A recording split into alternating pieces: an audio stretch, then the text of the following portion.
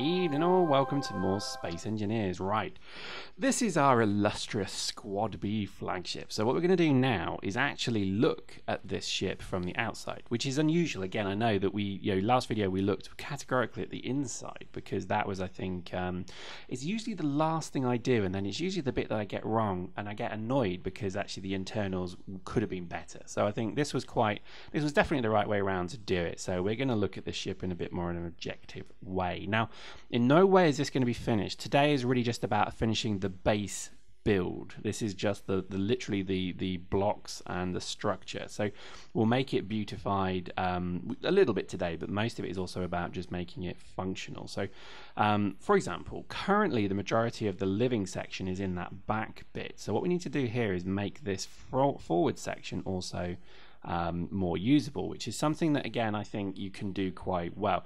Putting engines inside the ship is definitely worth doing. I think hiding them away is nice. You can have stuff at the back, but I think it just looks nicer when you do it the other way around. And I think certainly when it comes to sort of angles, slopes, things like that, it always looks very nice indeed. In terms of how I wanted this to look, I liked the idea of the old Homeworld Higaran ion cannons. If you remember them, they were pretty sweet, and the way they were just one long cylinder, and I liked that they had this kind of I guess simple feel to them. There was nothing too kind of crazy going on with them. They just had a very business-like feel, almost like submarines. Literally, that's the way I remember them. So I've always had this kind of desire to build a home in this game that is almost a little bit kind of ion cannon-like. I don't know if they'll make an ion cannon for this game. It would be nice, but I doubt they will. But what I wanted to do is really just build something that just had a little bit of, I guess, a submarine feel, because I don't know, spaceships, whenever they become more kind of prevalent IRL, it would be interesting to see what design they take. The submarine is probably the most likely candidate, a just solid tube of metal that's kind of hurtling through space, that kind of thing. But anyway, we'll see. In terms of what I want to do with this thing now is just make it a little bit more kind of, obviously it's got our primary colors, but I want to make it a little bit more kind of, I guess, streamlined. I want it to look less, or rather more finished.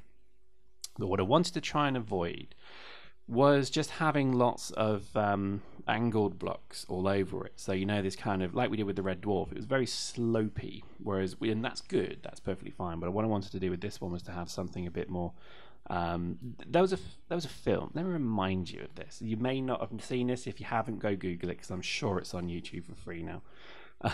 Is Battle Beyond the Stars. Anyone remember that? Battle Beyond the Stars was this really weird, like, 70s sci-fi stuff. It had George Peppard in it, the guy from the A-Team. I'm serious, he was in it, honest to God. And it also had, oh God, the guy from Enter the Dragon, oh God, Roper, that was him. He was in it, and he was the baddie. Just the most bizarre film. But what was fascinating about it is that film was used 3 times to make a different film.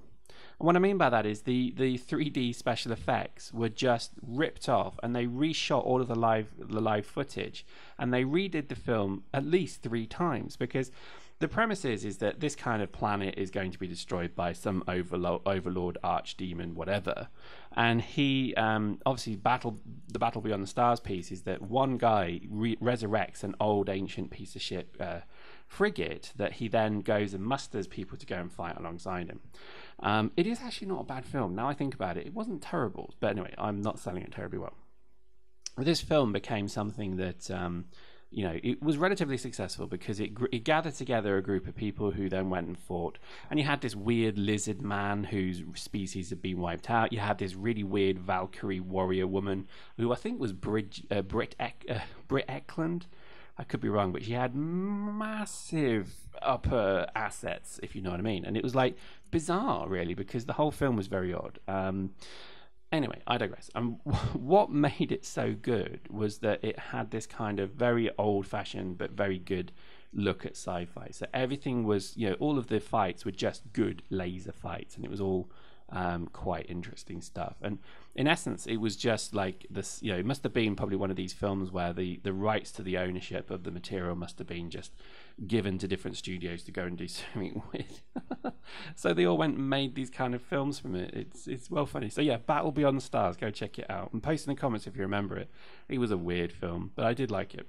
And that's what inspired me with this. It was to be this kind of, I don't know, very big, I don't know, pendulous ship with maybe a forward hangar. So that forward bit will probably turn into a proper fighter deck. We've got our living deck in the kind of rear 2/3, and then at the back here we'll just encase our engines in a bit more armor, because obviously I think that's going to be something that's going to be quite important as well, because I think certainly a lot of these ships are just going to get blown to pieces once the first rocket hits them, pretty categorically, unless they nerf rockets, which I'm sure they will, but rockets are a bit OP at the moment. But again, it's all about creating something that's kind of aesthetically pleasing. So here we go. I'm going to try and do something maybe a bit more arty. Maybe not. Maybe. Well, yeah. Let's have a look. See if that works. No. Yeah. Let's do that and then turn that round. Perfect. There we go. A little bit of a jagged side. No, simple in it, but it just looks a bit better, doesn't it? It looks interesting. It's a focal point. And I think really that's a lot of what this game is about. It is a train set. Let's not forget that. I mean, everything about Minecraft was, look at what I built, bro. And that's literally all the game's premise was. But it was nice, wasn't it? I still do like Minecraft a huge amount. But I'm a bit of a sci-fi nerd. So I think that my issue with Minecraft is, it's all a bit kind of skeleton and sorcery and magic and wizardy for my liking. Not that I have an issue with those types of games, because hey, I'm a big fan of Skyrim, but yeah, sometimes you just want a bit of good sci-fi, maybe just exploring the stars, going and building something huge, maybe just, you know, literally letting your mind wander and going and doing something, you know, very science fiction-y. And I think not enough of modern culture has that kind of premise in it. Anyway, so there we go. Our engines are looking nice. We've emblazoned CEO on the side.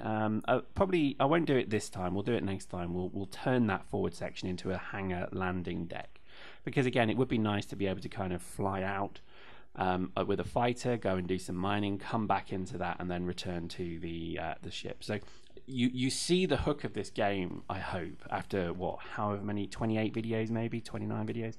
The hook of this game is really just to continually build some form of home and I don't know, art work for yourself. And I think this game has it in oodles, and I think really you couldn't go too far wrong getting this game. I really do believe that. Look at already what we completed in just a couple of hours, literally, well, not even that, an hour maybe, and look how much kind of enjoyment it gave. It is incredibly fun, and I think even while it's still developing, it's going to be something quite special, I think, when it's done, and I just really do hope people see this. So there we go, look a bit more developed. What we'll do is we'll probably turn the front of this into a hangar next time. And the lights are on. Woo. I think we'll just continue having some fun, and I think certainly we've got plenty of very, very strange ideas that we're keen to kind of keep pushing on the channel as well. But there we go. If you're going to consider buying this game, I think definitely give it a go. And I think, you know, you probably won't go too far wrong for, I think is like 12 quid, which is pretty cheap. So there we go. Hope you enjoyed that. See you next time.